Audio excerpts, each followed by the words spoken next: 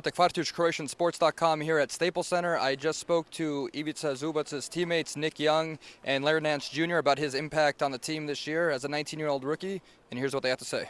Hey Nick, you think Ivica Zubac is a spoiled rookie? Yeah, for sure right now. He's living the dream. I haven't got a chance to make him go do anything for me yet, but still early in the season. So. What do you get him to do? I know some rookies got to carry around like pink Hello Kitty backpacks, stuff like that. What do you got in store for my boy? I don't know. I haven't.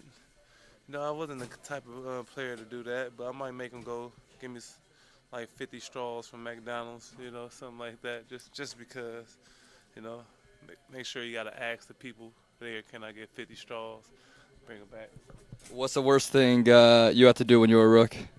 Worst thing I had to do when I was a rook, worst thing I've been through as a rook, they took my rims off my car, put me on blocks, and rolled my wheels into the film room.